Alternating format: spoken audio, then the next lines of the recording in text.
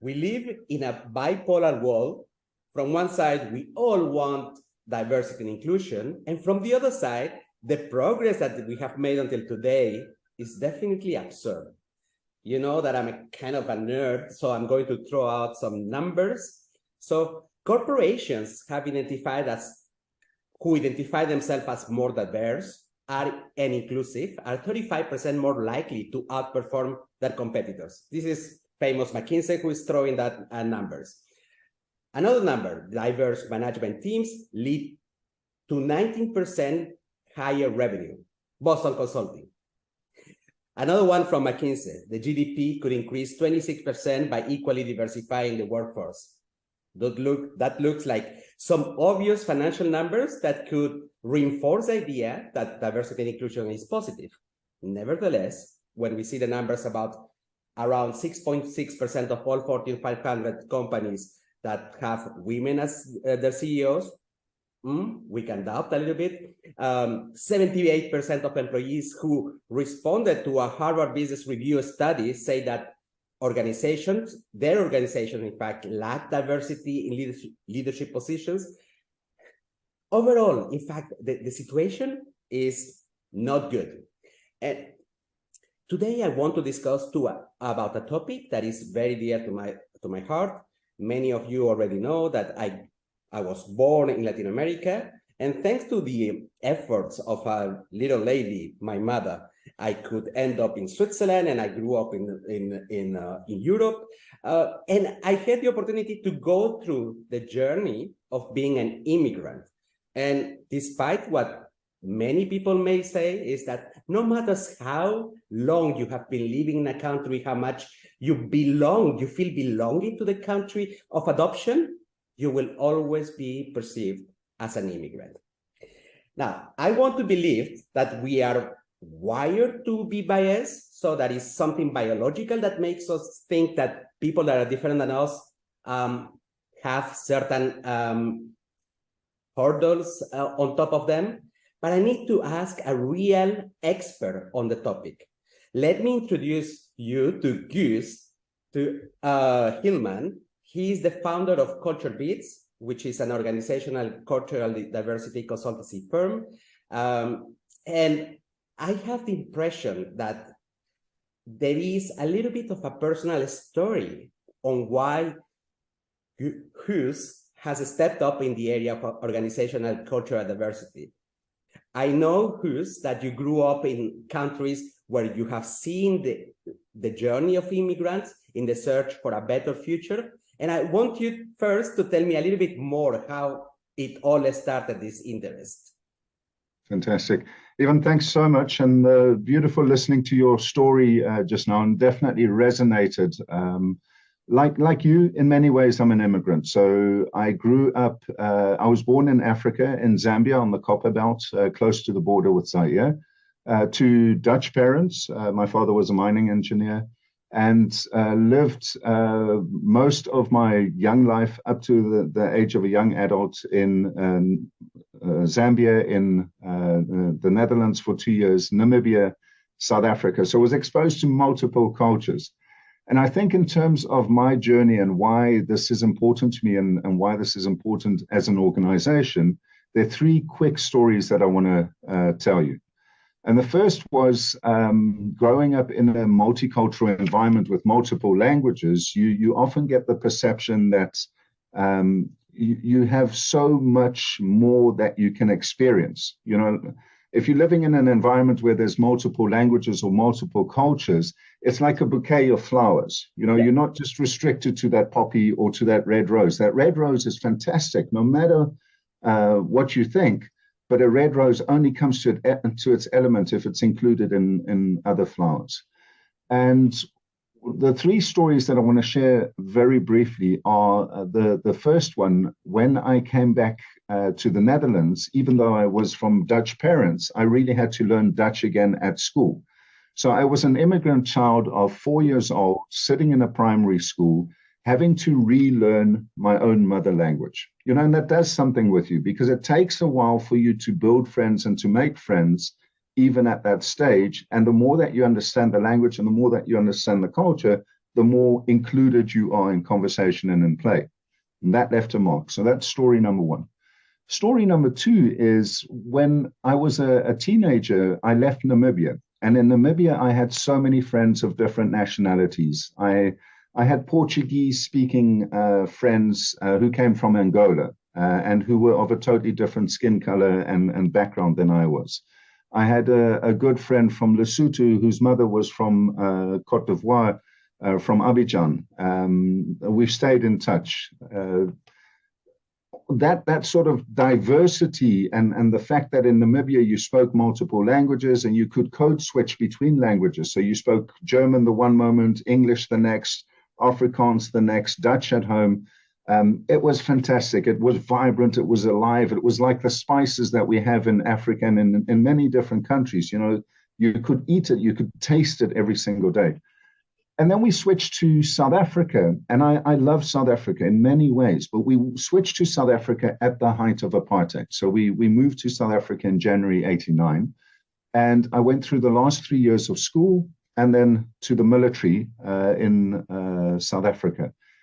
During I think the crux of the struggle in terms of apartheid and what that meant. And all of a sudden, instead of sitting in this multicultural environment, I sat in a boys-only school with only white boys in it, in one of the most conservative areas in South Africa, with all the attitudes, preconceptions, and sort of, you know, structural condensing that took place in that. So that really made an impact on me. And then the last thing was that when I was 27, I came to the Netherlands actually with the intention to work for a number of months. And I found myself living and working with a whole group of people that came primarily from Poland. So I lived in the immigrant environment.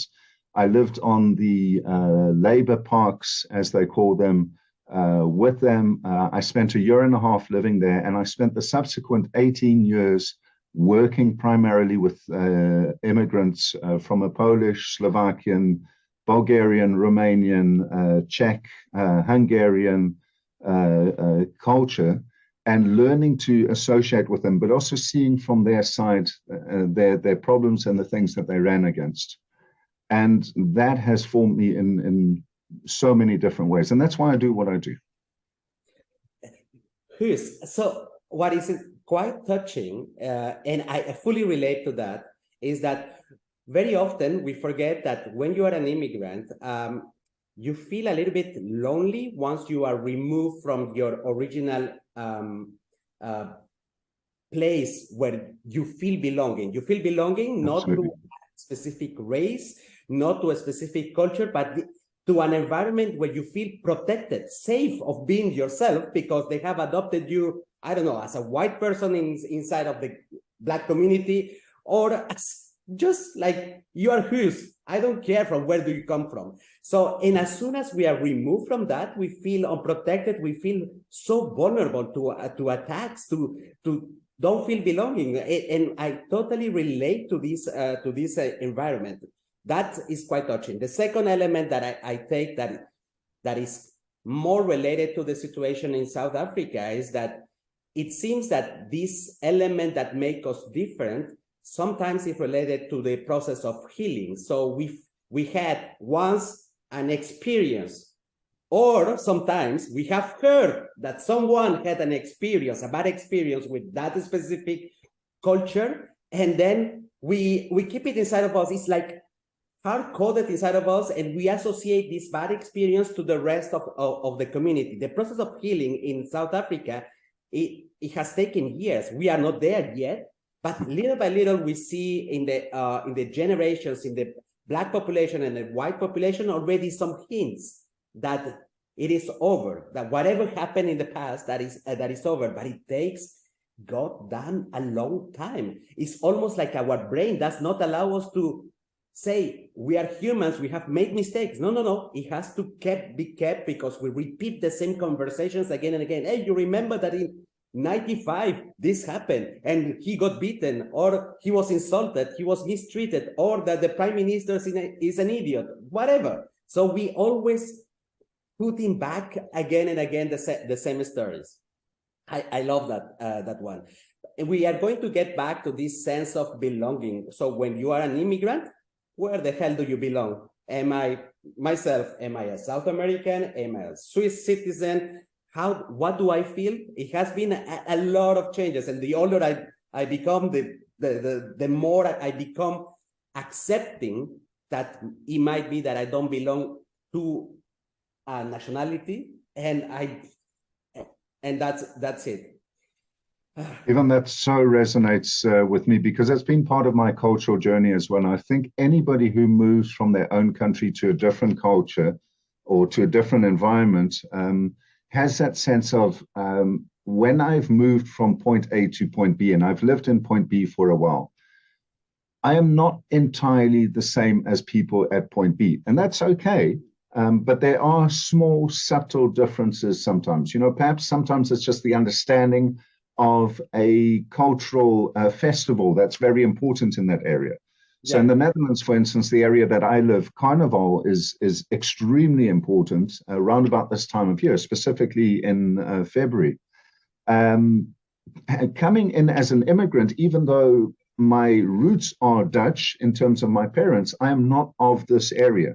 So I will always walk a little bit on the outside. It's a little bit like Robert Frost speaks about in his poem, that I've walked under the lamplight, looking in at the world.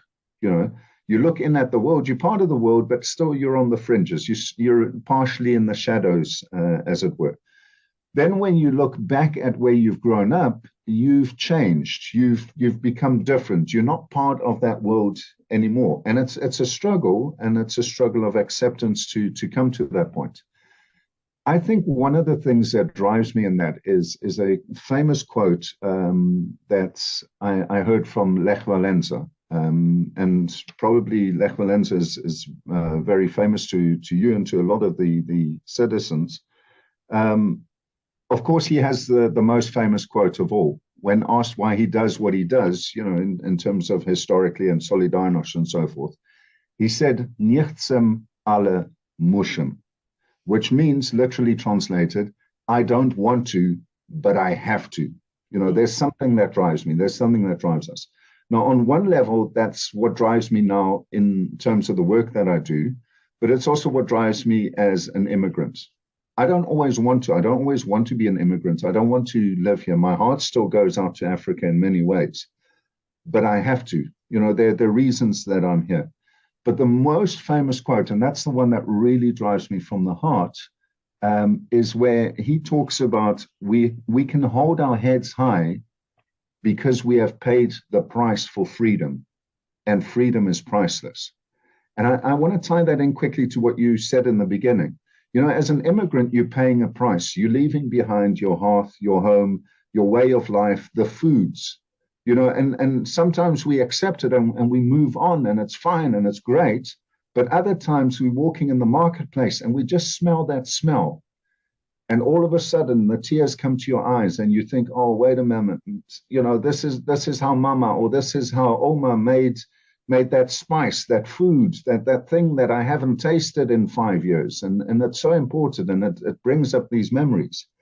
Now, when immigrants are working in a different country or they're in a different environment, is it not our responsibility as people to treat them in such a way that they do not pay that price for freedom twice? And what I mean by that is they've paid the price for freedom already. Why are we treating them as less of a human, as less of an individual, thereby forcing them to repay that price every single time, every day that they're at their workplace or every day that they're interacting with us? I relate quite a lot to this feeling of nostalgia, of these smells that you have mentioned. And you made me think, because you mentioned Lech Walesa, so I was thinking about Eastern Europeans. They have this feeling of nostalgia quite embedded. So they are tough guys on the surface, but then they think about Mama or they think about something from the childhood, and they can be crying in front of you. That's quite amazing. So I wanted to get back to the wall of corporations, because we all believe that society out there is a mix of different socioeconomical backgrounds that, yeah, maybe they were not well educated, and this is the people. And we believe that corporates should be the cream of the cream, the people who are well educated, so there shouldn't be that problem. Nevertheless, we are all aware that there is many organizations not being at their optimal in terms of inclusivity, more than diversity, in fact, because I mean, having numbers about how many nationalities we have, it doesn't mean anything for people, because what we want is to be inclusive, not to be represented as a number. So, and I want to dig a little bit more in building this idea that on top today, in fact, not only corporations become more diverse, but it is expected if you are in a leadership position to go and travel in different areas of the world. So myself, I had the opportunity to be in 5 different countries. I have been in the Arab world, in the Asian world, in Africa, and of course in my home place in somewhere in Europe. So according to you, what are the behaviors or traits that people should have to really thrive in this global multicultural world? We cannot do anything. It's a movement, it's a trend. It becomes so inexpensive to move someone from one place to the other. But in terms of the adaptations that we should have, what are the behaviors and traits that you feel like we should develop? I think, Ivan, there's a couple of things, and it starts with absolute curiosity. All right. The second that I'm talking to you, and the second that I hear that you are from a certain country, I have a mental picture that comes into mind. Like you said in the beginning, we hear something sticks with us, something resonates, etc., etc. But when is the last time that we've actually sat with somebody and said, tell me what it's like? You know, what are the things that make you most happy about coming from the place that you have? So where's that curiosity? We tend to go in, particularly, and I'm talking about corporations, right? We tend to go in and say, I'm going to show you my way, and I'm going to show you my product or my way of doing things. And you know something, it works for me, so it must be good. So I'm going to put it on you, right? And there's an essential sort of bias or an essential problem with that approach.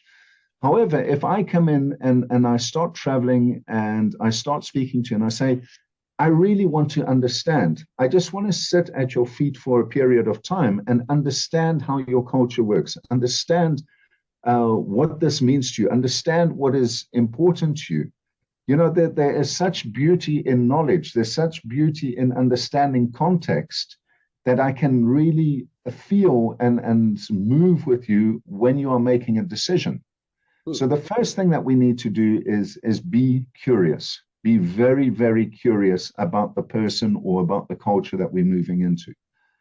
The second thing is that we need to be aware of our own culture. And I don't mean just aware as in, hey, this is my culture and these are my favorite foods and this is my favorite rock group and that sort of thing. These are all very good things, but be very aware of not only the good things of your own culture, but the limitations of your own culture, the expectations of the culture, and also perhaps some of the biases that you do have naturally. Okay. And then the last thing is make sure that you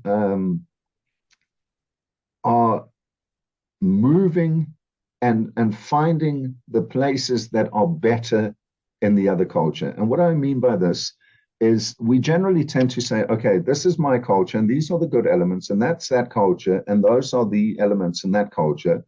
But I think that these things are better in my culture, so I'm going to try and transpose them onto the new culture. Right? Or I'm going to hold on to them and try and integrate them. And I think we should turn that around. I think we should say, honestly, where are points better in a different culture? And I'm reminded as we're talking about something that my brother said many, many years ago. He'd moved internationally way before I did. He's younger than I am, but he'd moved for his career internationally. Moved to London, then to Seattle, back to South Africa, back to Seattle in the States again. And I phoned him up and said, look, I'm thinking of going to the Netherlands. What do you think? And he said, Gijs, it depends on what your mindset is going to be. He said, if you want to move to a new culture and a new place, and you are looking for the same as you have now, only better, then you might be faced with a challenge, because you're going to cling onto what you think is good and transpose that. But what you need to do is say, okay, I'm going to go open with an open slate, accept the good, accept that which is less positive to me, and really be curious and question myself about that. And I think in terms of business, when you're doing that as well, if you are entering negotiations with an international culture, when you are moving into a sales and marketing environment, or you're being seconded as an expat into a new culture, the ability to be curious and to start off with a blank slate is going to get you further than any other skills that you're going to learn in the process. I love it. So there is two elements. One is curiosity, inquiring about the other, and the level of self-awareness. And beyond self-awareness is in fact cross-awareness, because you need to be also aware about what others are good, less good at. This is super important, and very often it is very difficult to reprogram our brain to say, because we are always, let's say, I mean, the easy way is to think about, okay, Latinos, we believe that we are super creative. From my Swiss side, I would believe that everything is about having a level of quality that is up there. But is it the reality? So if I dig in the specificities of my two cultures, or even myself, I would realize that I am not one label. And by the way, I want to say to the audience, so when we belong to a certain culture, we don't feel bad if somebody asks us questions about our culture. In fact, we feel good. So, and it a little bit contradicts the American approach of saying, yeah, this is his privacy. I'm not going to ask how it is to be Dutch, because he may get offended. No, that is not true. Most of us, we are glad that somebody takes interest on what we are. In fact, without preconception. That's why it's about questions. It's not about, hey, is it true that you guys are doing this or that? No, it's about asking open questions. The other point I wanted to highlight is the definition of culture, because we use culture in the context of work culture, so that what defines the characteristics of our workplace. But when we are in society, culture can be our age group, it can be our religious beliefs, it could be our gender. It's not only about nationality, right? Because in fact, if we talk about his culture, maybe he wouldn't even associate himself to the culture, the Dutch culture. Maybe he's something else. So we need to define culture as a group of people that have the same beliefs, same attitudes towards life, rather than just a piece of passport. Am I wrong? Absolutely. And there's so many definite definitions of culture. If you take a formal definition like Hofstede, he says it's the collective programming of the mind. And there are so many different perspectives. I was at a conference in Namibia a number of years ago, and speaking at that conference, I was talking about, your values and your belief system. And I actually said at that point, and I think it's the point that I try and carry around with me, so it's part of my philosophy and my being, is that I am not a Namibian by value of the color of the passport that I carry on the outside, but I'm Namibian because I carry Namibia on the inside. Exactly. And it's the same, if you're part of any culture, whether it be a national culture, a generational culture, or even the culture on the work floor that you belong to the sales team and your best friend belongs to the engineering team, that is going to rub off on you in some way. It's a way of thinking. It's a way of framing the world. And there's nothing wrong with us framing the world. It helps us to understand the world and to move in it and to find a way that we can relate to the world. The danger comes in where I believe that my frame is the only way of looking at the world. That's when the danger comes in. So if we want to be fluid, and especially if you're talking about international cultures and cultures which are prevalent on the workforce and that are not leading to toxicity and some of the other things that you've spoken about in some of your other podcasts as well, then we need to be aware that my frame of the world is just one way of looking at it. And I need to be curious about how others look at the world and what are the benefits of us meshing that. And there's so many studies done, and you gave some beautiful quotes at the beginning about the percentages and so forth.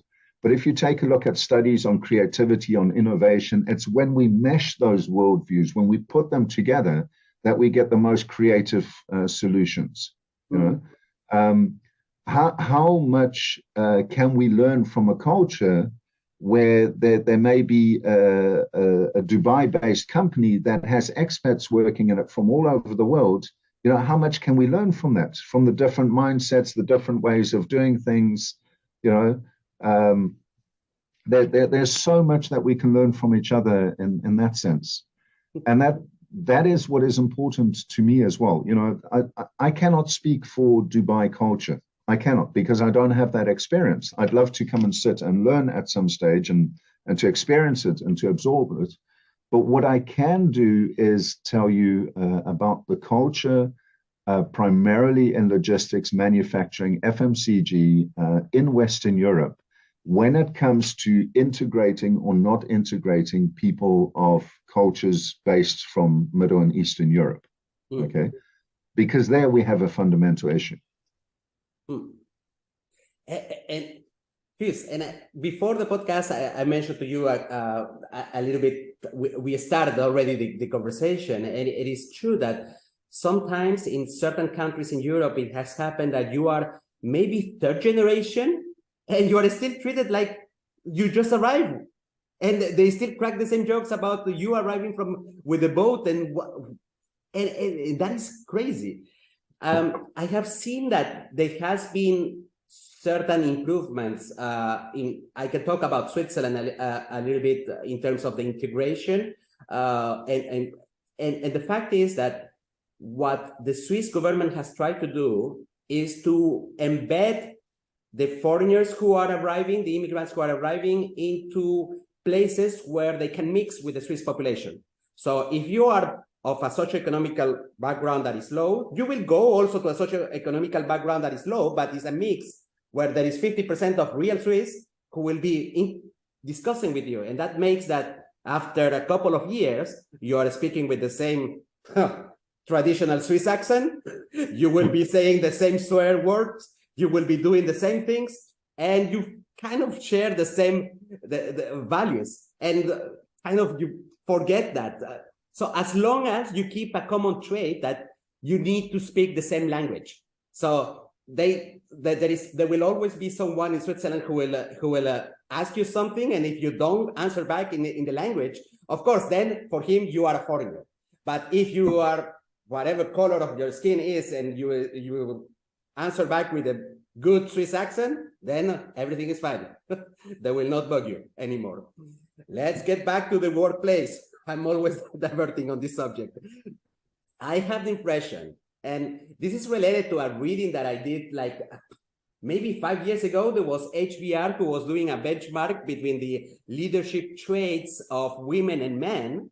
And they found out, of course, that I don't know if there was 21 leadership traits, and in 19 of them, women were beating men. Now, the question is that when you look at this trait in the specific, most of them are related to this level of empathy. And the assumption that I have is that maybe women have an advantage with this integration with different cultures, as they are associated with more these empathetic traits compared to men. Is that true? Do you feel that women can pull it out more naturally than men? Oh, this is a whole different topic, even, and it's a beautiful one, and it's nice to see that there's this flow now from the cultural quotient, the CQ, to the EQ, and I'm glad that you started on that. I think empathy is probably the most valuable skill that we can have on the work floor, and it's very good that there's a lot of focus on it recently, that there's been a lot of empirical research done on it. I'm absolutely 100% in agreement that women in general have the edge on it. Yeah. I'm going to just say one thing, that there's a caveat to that. I hope that we can soon get to a society in which we do not need to have formal programs for inclusion anymore, or formal programs anymore to break through the glass ceiling.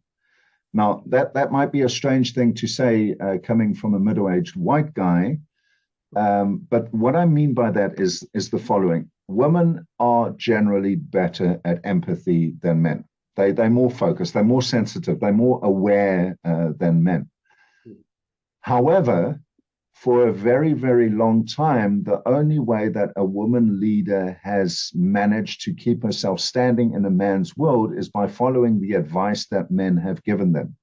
Be harder, be stronger, be more focused, lead directly, okay? And the danger comes in is when women have to subject their natural empathy and their natural leadership styles and their natural sense of inclusivity and group forming and family to try and adhere to those standards. I hope that the day comes where we realize that we can just let women be, that they can move from their strength, and that they do not have to,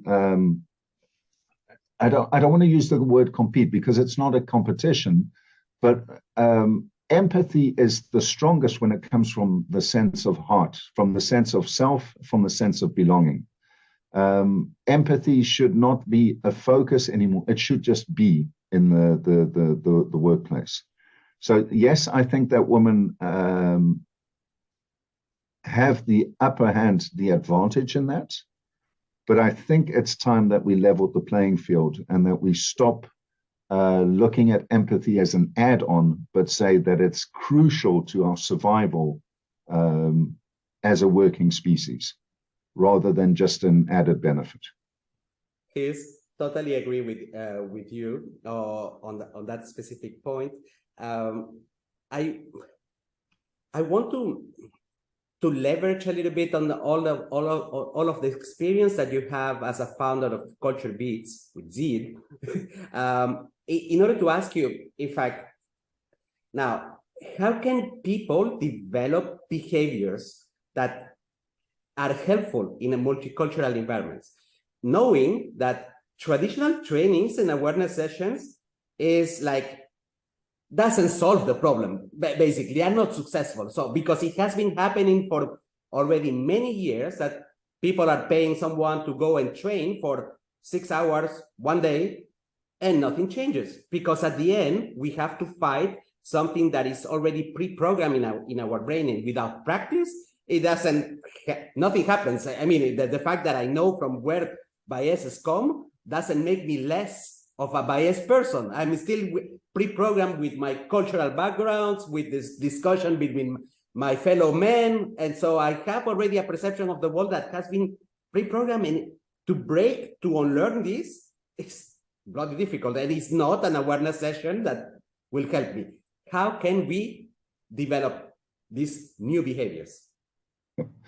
I think there are two words that I'd like to use, and they both start with a T. Well, they're not totally two words, they sort of phrases. And the first one is tick boxes, and the second one is travel. And what I mean by that is we must stop seeing inclusion and awareness as something to tick a box. So what we generally tend to do, said sort of very directly, is we run into problem X, we put in a program to train it or to train the counterpart, and then we tick boxes. Yes, we've done it. Thank you very much. We can move on with life, and life is good. Okay. Training and awareness is not ticking a box. If I've grown up in a society for 27 years that has taught me that my neighbor is not to be trusted because he comes from a different environment, then having a 6-hour training is not going to undo that damage. Yeah. If, however, we start seeing that training as central to our success, as a continuous process of micro-learning and a continuous process of inclusion and awareness, rather than a 6-hour training for middle managers just to show that there are differences, then we're heading in the right direction. Okay, so we need to put it up on the corporate agenda as far as possible and not just delegate it to HR. The second is we need to travel, because the more I travel, the more I realize that my little corner of the world, whether it be my country, my environment, or even my business unit, is not the end station. It's not the be all of everything. So I need to travel. I need to be moved out to different cultures. I need to understand and be immersed in a different culture. Okay. If I'm learning Chinese, for instance, depending on the type of Chinese, whether it be Cantonese, Mandarin, or any of the other Chinese forms of language, I can study for 6 years at a university and think that I'm fluent in China, but I will not have the feeling, the immersion that comes with actually having walked the fields, having lived in the cities, having immersed, having traveled on the tubes, having understood all the emotions that there are. Okay, so I need to travel. I need to be in China. I need to be immersed in that culture. And that goes for small programs right through to large programs. We're talking a lot about national culture, but also within business units. How can I understand what engineering is going through if I'm sitting in my office for sales and never walking the work floor of engineering? So we need to travel. We need to move outside of our comfort zone and be on the cold front with the people in the different culture. So 3 things that stay with me is the concept that if we want to create behaviors in a workplace that are sustainable for a multicultural, inclusive workforce, is about learning through micro-learnings, because it needs to be a small pieces so that you can digest and maybe practice. And that relates quite a lot. You call it travel. I call it experience, using your being immersed on the things so that you can really empathize with the context, and you can develop the practice of how you should be behaving on that environment. And lastly, so on top of this micro training, it is about developing healing the system. In fact, so the values, the values of the company needs to be revised, so that in fact that it doesn't depend on being trained, but more on saying, this is the way we are, this is how we do things, and there is no other way. Like, we cannot tolerate, for instance, discrimination. We cannot tolerate that people do not feel safe to say what they want or they mean because they belong to a specific culture. That's something that the system should be reworked, and this is not training. This is a CEO slapping on the table and making it happen. And sometimes CEO prefer to have super good business results rather than a hell of a good culture environment that makes people feel safe, regardless of what nationality, what culture they belong to.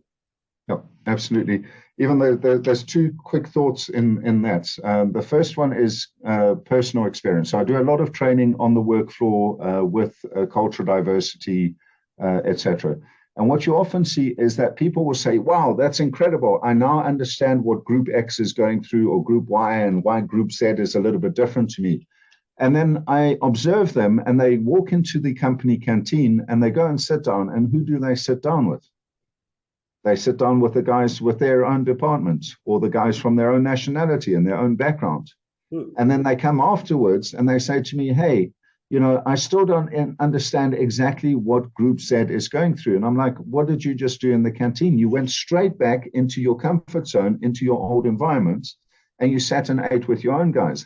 When was the last time that you've gone across to a different culture, whether it be a national culture, generational culture, or even a business unit culture, and actually sat down with them and had lunch together? You know, there's something fundamentally intense and beautiful about breaking bread together when we're from different cultures, and about sharing the basic thing that we all have to do, which is eat on a daily basis. When was the last time that I've actually sat down with you and said, hey, you know, how do we do that? And I know from looking at some of your podcasts that you really love Tony Hsieh's book on the culture at Zappos. You found it, yeah. Yeah, absolutely. Now, that is deep dive. You know, you don't just throw a little bit of a training program at it. You stand as an individual at the head of a company or at the head of your business unit or even at the head of your team and say, guys, this is my non-negotiable. It's not about integration. It's about the fact that we have 4 nationalities or 12 nationalities, or in the case of some of my clients, 36 nationalities on the work floor, and it's time that we understand and leverage what we can learn from each other. And that's not a training program. That's a way of life. That's a system of thinking. It should be as natural as breathing. So I have no excuse if I'm spending $50,000 on a training program and the next day I walk into the canteen and I sit with my same clique again. I have absolutely no excuse there. Very true. I wanted to share a story. 1 year ago, I went to visit my childhood friends in Peru, and what I found quite impactful is that the major discussion in most of the families is that there is a flow of immigration of Venezuelan people because they are suffering in their country, and there is approximately 1 million people who came to Peru. The funny thing is that they were all criticizing the fact, yeah, they are not like us. The level of criminality has increased in Peru because of them. And they kill people, they really kill them bad. It's like, what is the difference between killing bad or good? That's that's a Peruvian conversation. They're really horrible.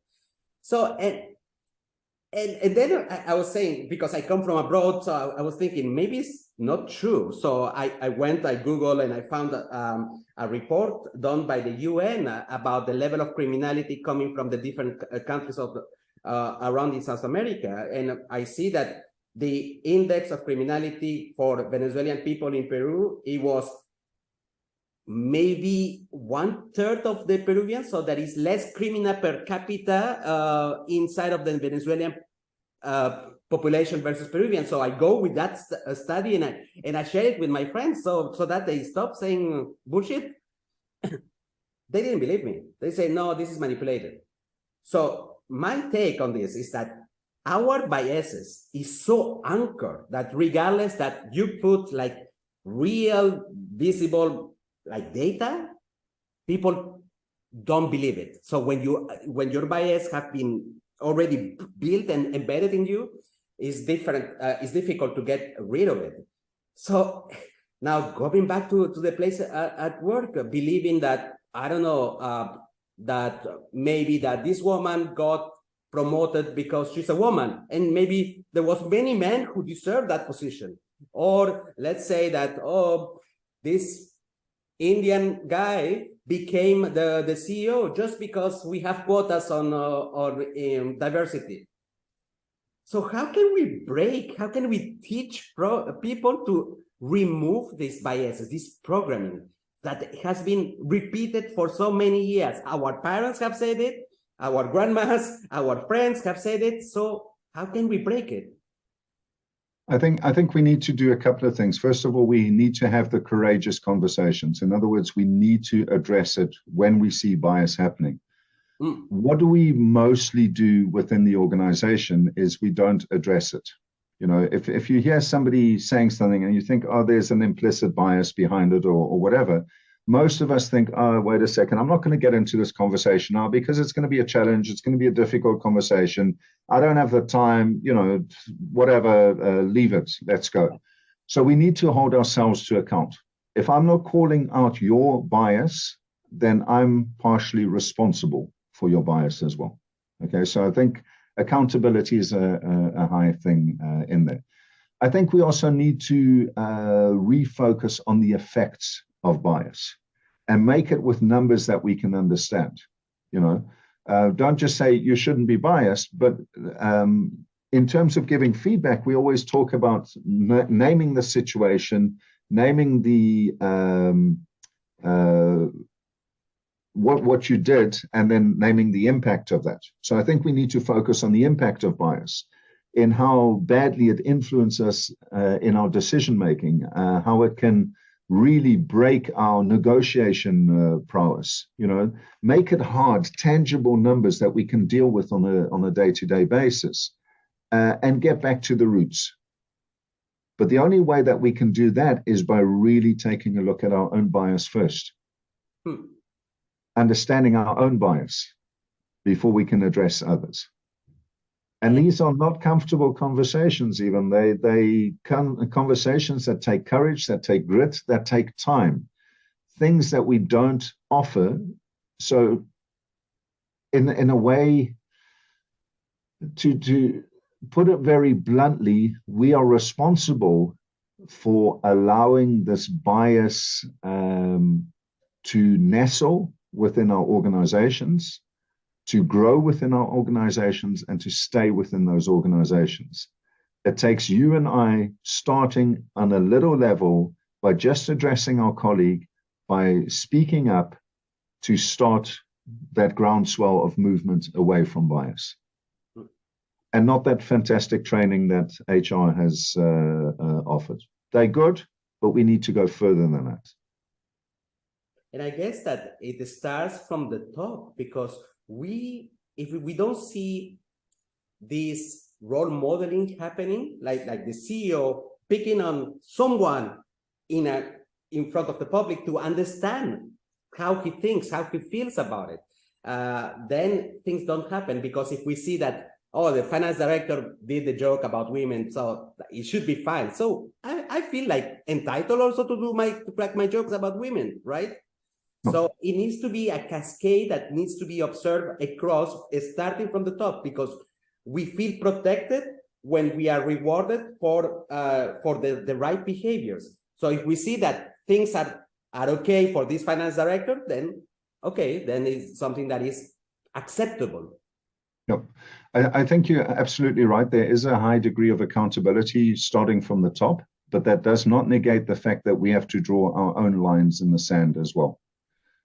Because you can be in a toxic environment, but not be part of sustaining that toxic environment. If you understand what I'm saying. So if the CEO is not doing it, or the HR director is not doing it, or your senior manager is not doing it, there's always the question that remains, which I think is very relevant for this, but many other questions that you've addressed in the podcast. And that is, who's accountable? You know, the old adage, if not you, then who? If not now, then when? And if not here, then where? So yes, it starts at the top, but it gets carried out by us in the micro interactions that we have with each other every single day. So we need to draw our own lines in the sand. We need to call that finance director to account. We need to call the team person in our teams to account when they make a joke or a disparaging remark about a different gender, about a different nationality, or even about a different business unit. We need to remind them it's not okay. And that doesn't mean we need to be sticks in the mud or be the most boring person in the party. Absolutely not. But we can do so with tact and with reverence for the other group and individual. Indeed. So what is terrible and kind of funny at the same time is that no matters how you feel liberated about biases. So you can think that because I grew up in a multicultural environment, I don't have biases. Hell, yes. And the worst is that when I catch myself with biases, I feel bloody ashamed. It's like, what the hell did I think? And I still remember one specific story that happened maybe 10 years ago. I was responsible for a talent development group for very junior people, talent for a big corporation. And I remember that I associated the fact that a woman in the group was good looking with saying, yeah, I don't believe that she's talented. I did the shortcut like in 2 seconds and a half. So it took me time to reflect the next day. And I think that this story, I still bring it with me. I have never forgotten this, that what I did, what I thought at that moment. So anyone, you, me, we have biases. And the first step is about recognizing that we have built that in that way because we are human. Once you have recognized, then you can amend your biases. Absolutely, absolutely. Even the example that I always use is I have done quite a bit of training on the work floor, coaching, consulting work, and particularly in logistics environments and so forth, where there's a lot of use in the Netherlands and across Western Europe of immigrants coming from particularly Middle and Eastern Europe. And the thought is always that implicit bias is there. If you're doing an order picking or a packing job in logistics, it's not the most highly paid job on the planet. It's not the most sexy job. It's not the job that gets you in the papers or gets you exposure or whatever. It's a very fundamental, and it's a good job. It's a job that you can do with your head held high. But the implicit bias is if you're doing that, you're probably, perhaps not the most highly university educated person on the planet. There's that implicit bias. I cannot tell you how many times in the last 18 years that I've been working with a team on the work floor. My specialty is operational leadership. So really nitty gritty, down to earth, no suits and ties, boots on, let's get this thing going. Let's get teams working better together, okay, in an international cultural environment. And how many times I've sat and spoken to a team lead or to an order picker, and I've said, so what is your background? Where are you from? And they've said, well, I'm from Syria. I was a doctor in Syria. I was a surgeon in a hospital. Or somebody says, well, I'm from Poland and I have a master's degree in robotics engineering. Or I come from Bulgaria and I used to be the manager of a large department with 200 people in it. Okay. And then I ask, what on earth are you doing here? What are you doing in this role at this moment? And what has your journey been to be in this role, to try and understand? And mostly they run up against the things that we all run up against as immigrants, different educational systems, not being able to transcribe our degrees into a different country and not understanding the language or not being able to converse fluently in that language. So the implicit bias that I have that somebody in a different position is not as good, as experienced, or as culturally aware or educated as I am is a very, very dangerous one. So we need to stop that. And that's something that I've learned. We need to stop assuming people or assuming something. And I love the adage that is always said, as soon as you assume something about somebody, you make an ass of you and me. So my takeaway about this discussion is that, so we have learned that in order to remove biases and have a more inclusive cultural environment, is not about how we train people. There needs to be something else. So paying for training or awareness sessions will not solve. It's a better investment if, I don't know, if a CEO decides, let's do something that is sustainable for the long term so that we have we can benefit from this diversity and inclusion by having more creativity. And by the way, the brain is wired that the more we hang around with people with different backgrounds, so the more we are training our brain to become to associate different parts of the brain, and this is what we call creativity. In fact, it's just that we are not using our analytical side, but different parts of the brain when we are processing, I don't know, to adapt with the different nationalities or the different backgrounds. So CEOs are better off in, well, working already into their cultural values, how to integrate, how to role model these values. If they need help, it's not about a trainer that they need someone who is going to coach them how to develop this culture and how to reinforce this behavior so that it becomes visible across the organization and scalable. I don't think that a trainer can pull it out. I think that it's more like a kind of an advisor if they need help. But sometimes it's so common sense that maybe you don't need it. But if you need it, then take an advisor rather than a trainer. I think the danger is if you are remodeling your house, or if you are, trying to freshen up your house and bring a new sort of sphere into your house, you need a whole toolbox. You don't just need a hammer. And there's that old adage that says, if all that you have in your hand is a hammer, every problem seems like a nail. Yeah. Training is one aspect of a multidisciplinary approach to bringing in a new culture or whatever the case may be. There's so much more than just training. Training is great to highlight awareness, to make us aware, but it's the start of the journey. It's not the end of the journey. And too often we've seen, okay, checkbox, end of journey, finished. And then we wonder why 6 months later, we're back at square one and perhaps even more disgruntled than what we were in the past. Oh, yeah. So thank you very much for the time that you have spent with me and with our audience. I really love the perspectives that you have. You have mentioned even someone, Hofstetter, that I remember that I read. I'm not a specialist in culture, but I read something where there was his name. And wow, you have used a literature about cultural intelligence. That's amazing. So I love the fact that you come with a background that is based on research, based on actual practice, and based on your personal experience, which makes you like quite unique here, because sometimes we have people who are really focused on the research itself, on the literature, but what about the practice? And with practice is how we can implement new behaviors in a culture. How can people reach you out, Chris? Well, they're more than welcome to look on my LinkedIn page, more than welcome to look at the website of CultureBeatz as well. And I'm very interested in starting a conversation with people. And in fact, in that sense, even not only have I enjoyed being on the show, it's been a breath of fresh air to be talking to you as well.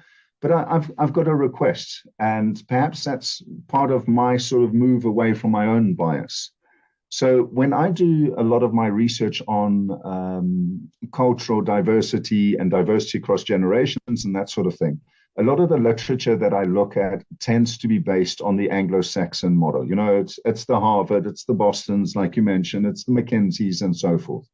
So if any of your audience members, your listeners, are very aware of excellent research being done, say, on the Asian market or on the South American market or on the African market by people, by researchers, trainers, consultants, coaches who are based in that market and are doing their own natural research on those elements that we've talked about today, about the differences, the diversity, bias, etc., etc. I'd love to get in touch with them as well, just to get a more world-centric viewpoint than only a Euro-American viewpoint on this. And let's get that conversation going and let's keep it flowing. That's a very good thing that I'm going to mention it in the description so that when we do the posting of this episode, we have it there, and we will have also how to get to reach Hus. It was really lovely to meet you. Likewise. There was some moments where you really touched my nostalgic side of my immigrant background. Thank you very much for your time. Ivan, so much my pleasure. Thank you for having me, and wishing you all the best for the future.